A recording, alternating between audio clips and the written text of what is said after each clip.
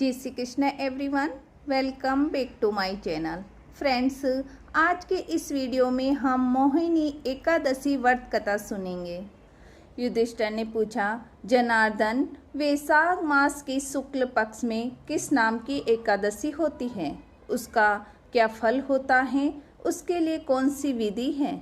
भगवान श्री कृष्ण बोले, धर्मराज, पूर्व काल में परम बुद्धिमान श्री रामचंद्र जी ने महर्षि वशिष्ठ जी से वही बात पूछी थी जिसे आज तो मुझसे पूछ रहे हैं।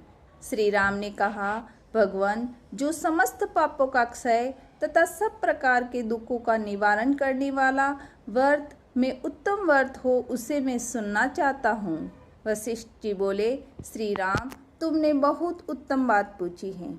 मनुष्य तुम्हारा नाम लेने से ही सब पापों से शुद्ध हो जाते हैं, तथापि लोगों के हित की इच्छा से मैं पवित्रों में पवित्र उत्तम व्रत का वर्णन करूँगा।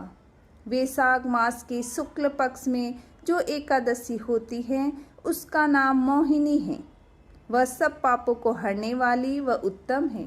उसके व्रत के प्रभाव से मनुष्य मोहजाल तथा पातक समूह से छुटकारा पा सकता है। तो आइए कथा सुनाता हूँ। सरस्वती नदी के रमणीय तट पर भद्रावती नाम की सुंदर नगरी है।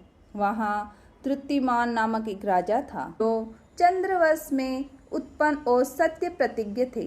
राज्य करते थे। उसी नगर में एक वैश्य रहता था जो धन धान्य से परिपूर्ण और समृद्धिशाली था। उसका नाम था धनपाल। वह सदा पुण्य कर्म में ही लगा रहता था। दूसरों के लिए पोसला यानी प्याऊ, कुआं, मठ, बगीचा, पोखरा और घर बनवाया करता था। भगवान विष्णु की भक्ति में उसका हार्दिक अनुराग था।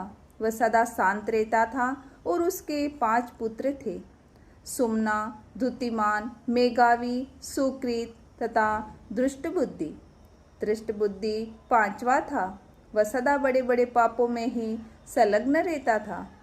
जुए आदि और दुर्व्यसनों में उसकी बड़ी आसक्ति थी। वह वेश्याओं से मिलने के लिए लालायित रहता था। उसकी बुद्धि न तो देवताओं के पूजन में लगती थी और न पितरों तथा ब्राह्मणों के सत्कार में। वह दुष्ट आत्मा अन्याय के मार्ग पर चलकर पिता का धन बर्बाद किया करता था। एक दिन वह वेश्या के गले में बाहें डाले चौराहे पर घूमता देखा गया। तब पिता ने उसे घर से निकाल दिया तथा बंधु बांधुओं ने भी उसका परित्याग कर दिया। अब वह दिन रात दुख और शोक में डूबा रहता था। कष्ट पर कष्ट उठाता हुआ इधर उधर भटकने लगा। एक दिन किसी पुण्य के उदय होने से महर्षि कौंडिन्य के आश्रम में जा पहुंचा। वैशाख का महीना था। तपोधन कौंडिन्य गंगा जी में स्नान करके आए थे और दुष्ट बुद्धि शोक के भाव से पीड़ित होकर मुनिवर कौंडिन्य के पास गया और हाथ जोड़कर सामने खड़ा होकर बोला, ब्राह्मण द्विजश्रेष्ठ, मुझ पर दया करके कोई ऐसा व्रत बताइए जिसके पुण्य के प्रभाव से मेरी मुक्ति हो जाए। कौंडिन्य बोले, वैशाख के शुक्ल पक्ष में मोहिनी नाम से प्रसिद्ध एकादशी का व्रत करो।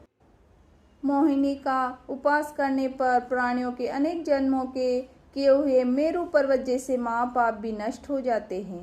वशिष्ठ जी कहते हैं, श्री रामचंद्र मुनि ये वचन सुनकर दुष्ट बुद्धि का चित्त प्रसन्न हो गया और उसने कौंडिन्य के उपदेश से विधि पूर्वक मोहिनी एकादशी का व्रत किया। नृपश्रेष्ठ इस व्रत के करने वह निष्पाप हो गया और दिव्य देह धारण करके गरुड़ पर आरूढ़ होकर सब प्रकार के उपद्रव से रहित विष्णु धाम को चला गया।